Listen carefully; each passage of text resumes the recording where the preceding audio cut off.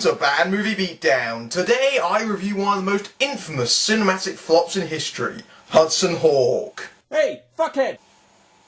Yeah, you, fuckhead! What the hell do you think you're doing? I'm reviewing Hudson Hawk. What does it look like? Yeah, newsflash, I was gonna be the one to review Hudson Hawk, movie and video game. Oh yeah, I saw that. It was on the list back in January, wasn't it? For Christ's sakes, dude, it's October. Besides, didn't you say you pussied out because you got backlash? Me a pussy? This coming from the vagina himself, the guy who, after reviewing one movie over a year ago, still has balls bluer than a knobby. And don't even get me started on that fucking catastrophe of a review for— Shut up, Spoony! I'm going to review this! Yeah, if you're gonna try to man up, you might want to grow an Adam's apple first, or maybe some facial hair, if you can. What does it matter to you anyway? You can still review the NES game, so go play some D&D and chill the fuck out.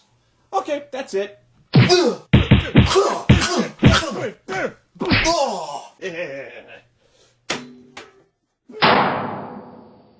Take your stupid Bruce Willis movie. I don't give a shit no more.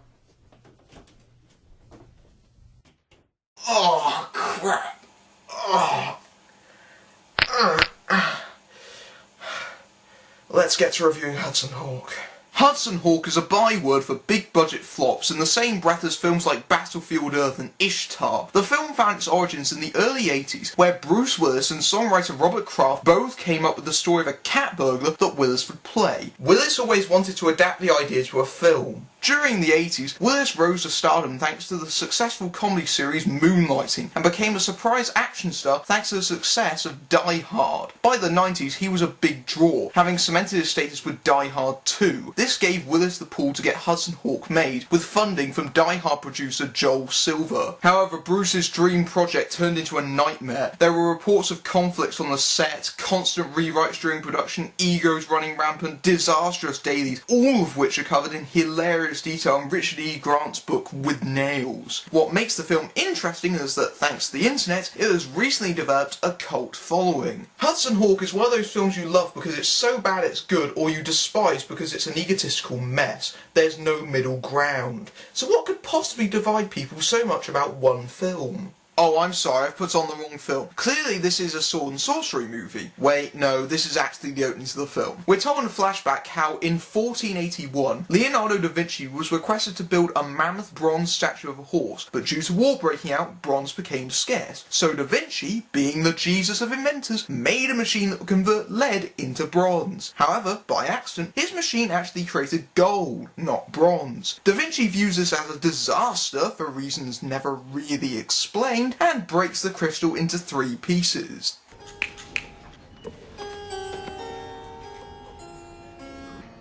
Oh dear, even at the start of the movie we're telling old jokes. That doesn't bode well. Where Da Vinci is having much more success is with his flying machine, and with our plot loosely established, we jump forward in time. Exactly 500 years later, an artiste of a different field, the one of cat burglary, was getting out of Sing Sing. Remember folks, this movie is set in 1981. Why 81 rather than 91? Because the filmmakers can't count. So we meet Eddie, aka Hudson Hawk, played by Willis back when he had a hairline to recede, who has just got out of jail after 10 years. As you might expect, he's a cool cat with a hat. And multiple earrings in his left ear. Yeah, the purpose of that still confounds me. Eddie is picked up by his friend Tommy Fivetone, played by Danny Aiello. Now that you're born again, what do you want to do? Play Nintendo? Bone some chicks?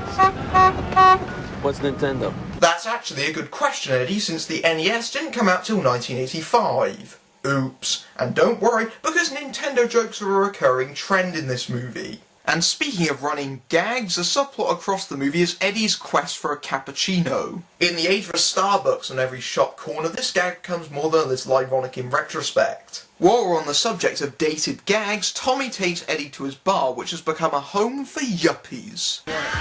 Randy, goat cheese pizza! Oh come on, these gags were dated by the time the film originally came out. Another cappuccino literally gets shot down thanks to the gangsters, the Mario Brothers. Why won't you do the auction house?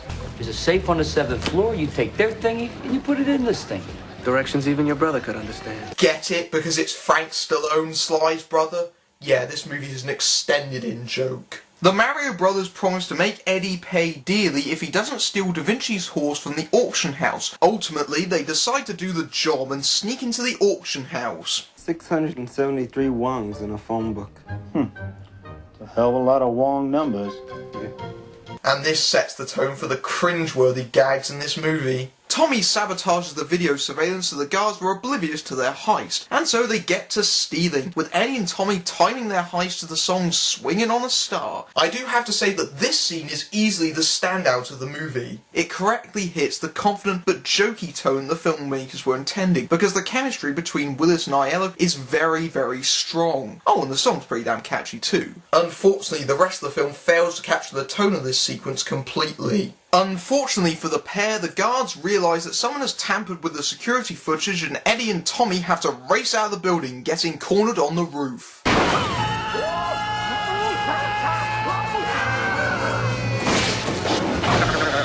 And audience goodwill vanishes in a second. I imagine the writing process went something like this. Eddie and Tommy jump off the building and... shit.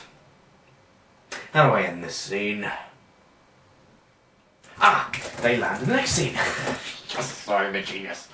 Butler Alfred, played by Donald Burson, walks in, inspects the horse and breaks it open to discover one of the crystal pieces. You son of a bitch! I stuck my neck out setting this up for you limey bastards! Now where's my cut?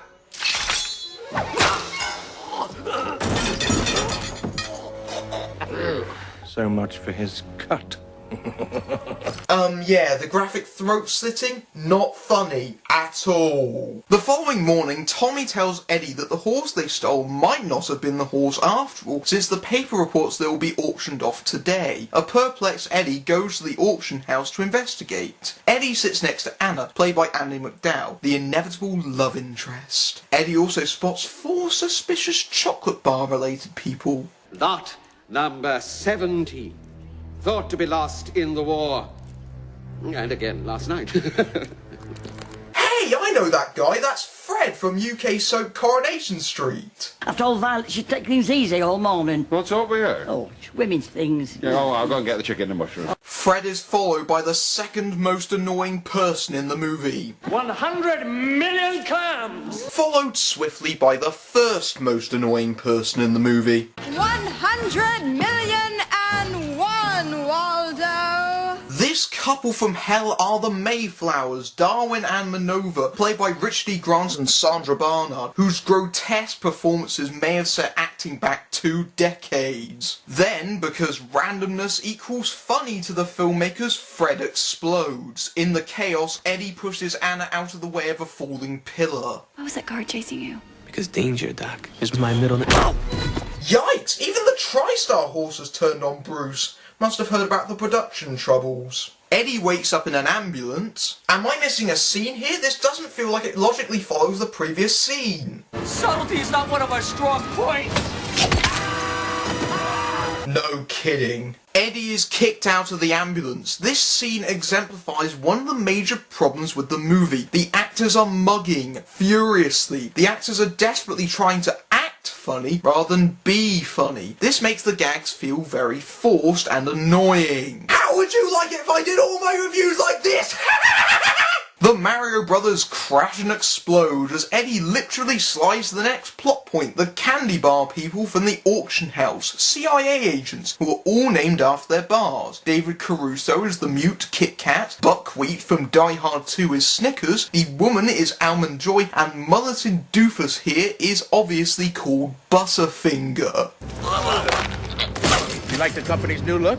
I call them the MTVIA. George, you promised no old CIA, new CIA jokes. Look, you clearly meant to set this in 1991, so don't have the narrator tell us that the action starts exactly 500 years after 1481, idiots! The team is led by George Kaplan, named after North by Northwest, who was the guy whose job landed Eddie in prison 10 years ago. He's played by James Coburn. Coburn is actually the best actor in this film. Why? Because he knows the spoof thing thanks to movies like In Like Flint, and he knows you deliver these lines with a straight face, rather than mugging like a jackass. They knock out Eddie and put him into a box. Another abrupt scene change later, and Eddie wakes up in Rome. Alfred takes Eddie to Darwin. So, Hawk, the Hawkster. What do you think of the vehicle? Why did you duck at the auction house, asshole? What can I tell you? I'm the villain. No shit. You see, Darwin has his sights set on world domination. That is, of course, provided the world is still left after Richard E. Grant's scenery chomping. Bunny ball ball. I think Bunny's got today's balls. And the signs of desperation really begin to show. It turns out Kaplan's team cover the auction house with hidden cameras, allowing the Mayflowers to blackmail Eddie and Tommy. Yikes. Damn photomat arseholes. Please don't ever do that again. The pair want Eddie to steal Da Vinci's sketchbook, the Codex, from the Vatican. You stole the wrong Bonfire of the Vanity Star. You need Tom Hanks. Eddie is under the supervision of Rick Astley clones named Ig and Ook. Okay, that's what Eddie calls them jokingly, but they're creditors, so we'll just call them that. The pair turn out to be as useful as a Rickroll because Eddie loses them the minute he enters the Vatican. Eddie surveys the Vatican, deliberately triggering the alarm. He bumps into Anna, who works for the Vatican, who takes him into the secret passageway because the plot says so. The passageway leads to the Vatican mailroom and they arrange to have a date later that night. However, her affections are to get intel for the Vatican. Did he mention the Mayflowers? No, Your Eminence. It's definitely going to steal the Codex. I can feel it. Gee, lady, I wonder what tipped you off. The fact he mysteriously appeared in Rome or the fact he set off the alarm? Meanwhile, Kit Kat does his best impression of Eddie. Oh, and it's one thing to play hide-and-seek with the Mayflowers' pathetic staff, but we're sore losers. We blow up space shuttles for breakfast. You and your Fred and Tommy would be nothing more than a late afternoon Triscuit. Kaplan gets Eddie his tools and Eddie steals the codec after sneaking in through the mailroom. There's a rooftop chase, but really, this scene fails because it is neither thrilling nor funny. Of course, Eddie lands just in time for his date with Anna, and so we get some more boredom with the romance scenes. These scenes may have worked if Bruce Willis and Andie McDowell had any sort of chemistry, or jokes, or anything remotely interesting happening. During the night, the pair are followed by Snickers, Almond Joy, and Butterfinger. What's going on in there? You want me to rape him? Wow, that was spectacularly unfunny. Go home and think about what you did. But it turns out the Vatican is working for the CIA as she drugs Eddie. It turns out that Kaplan is duping the Vatican by making them think it's a sting to lure out the Mayflowers when really they're working with them. But then Anna realises her mistake when she spots the Mayflowers' dog. With all the rewrites, I'm sure the fact this makes no sense was completely intentional. Also, Kit Kat is dressed as Anna. I'm having a hard time telling the difference. Eddie is taken to the Mayflowers, who take the crystal out of the Codex, and the Rick Ashleys reappear solely to get killed off. Headshots, throat slittings, and exploding people. Why are these things funny? As the Mayflowers literally dance on their corpses, Eddie steals something. But don't worry if you missed it, because it never becomes important. Get away from there, convict. Just browsing. Don't hurt him.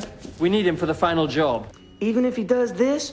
What about this?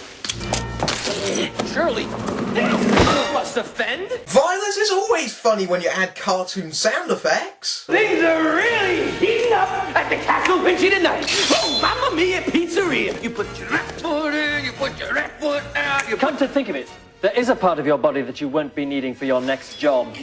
I always did want to sing like Frankie Valli. You know, a little restraint doesn't go amiss sometimes. So Alfred knocks Eddie out again, and when he awakes, the Mayflowers tell Eddie their diabolical scheme about how they'll collapse the economy by flooding it with gold using Da Vinci's machine, making the world come to them for financial support. We'll flood the market with so much gold that gold itself, the foundation of all finance, will lose its meaning. Sounds like a party. Markets will crash, financial empires will crumble. Except yours. Wouldn't devaluing the economy make all money worthless and the Mayflowers would lose their fortune? And why are we saying words twice? It's not funny. Put me in jail. Put me in town. Jail, you asshole. Our foot soldiers will blow your brains out. I'll torture you so slowly, you'll think it's a career. I suspect the people who worked on this movie sympathise. The The Mayflowers want Eddie to steal a model of the flying machine, but he refuses, so they bring in Tommy, who has apparently been working for them, but has been having second thoughts. I just don't think that it's such a smoking hot idea to leave them in there alone. Don't worry, the plot makes no sense, so why should we expect the characters' actions to either? So the pair get in a fight and Eddie ends up shooting Tommy just as the world's fastest ambulance appears. As you might have guessed, this was all a ruse to escape. However, their escape is short-lived because the CIA easily tracks them down and give them paralysing darts. Come here, you chicken shit son of a bitches! Come here! My head against your head! Fair fight! Oh, I'm sorry, did I say paralysation darts? I mean the idiotic gurning darts. Kaplan reveals that he has already stolen the model and kidnaps Anna. He leaves Snickers and Almond Joy to take care of Tommy and Eddie with some sort of Nerf bombs. However, the paralysis wears off too early, allowing the pair to escape. Almond Joy gets paralysed herself, while Snickers ends up with a bomb in his head with a shorter timer for no reason. Cue the explosion. Welcome to this movie's third act, where the cartoon qualities run rampant. Have a nice day. Meanwhile... I don't know, it must be the curare. It's been known to have certain side effects. I feel like a dolphin who's never tasted melted snow. The apprentice's diary contains a code that explains how the 3 pieces of crystal fit together. I must speak with the dolphins now. I'm not even angry, I just pity them. The dolphin is dead. The dolphin is... Come on, you bitch! I'm not a very good damsel in a dress, am I? You must pay the rent. But I can't pay the rent!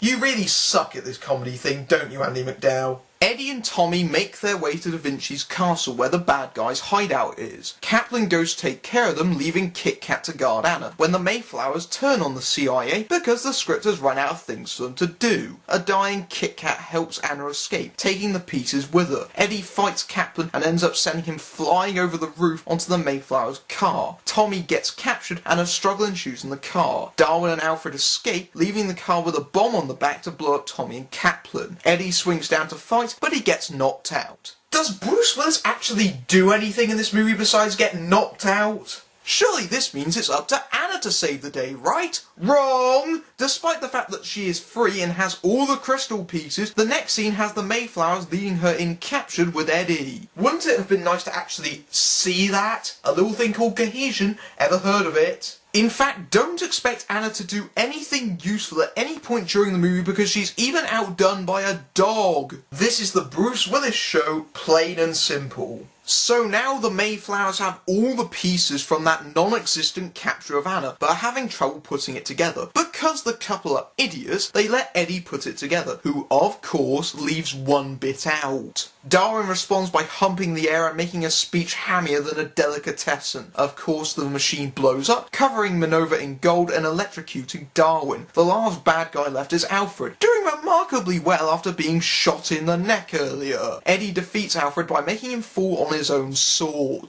You won't be attending that hat convention in July. Hats off to you, Bruce, because even as a parody of one-liners, that was lame. As the castle explodes around them, Eddie and Anna escape via the flying machine, and of course they get to share a kiss. But it's a shame what happened to Tommy. No way! Yes way!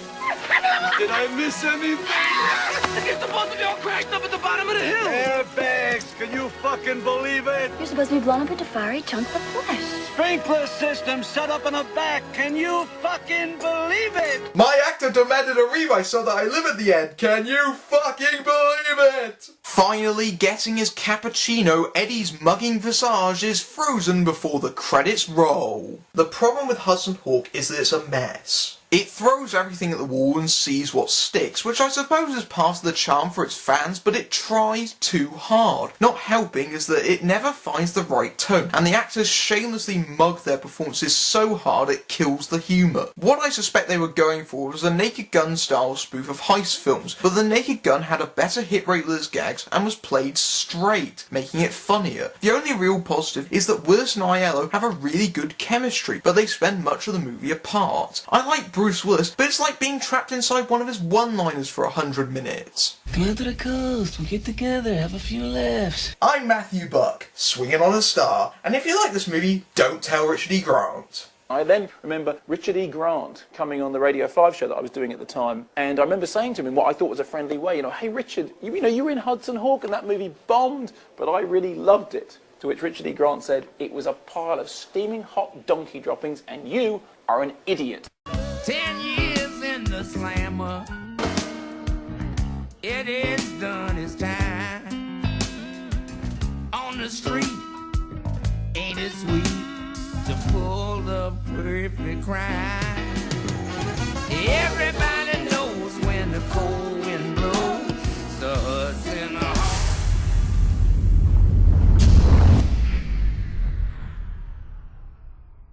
Tired of kicking the camera's ass.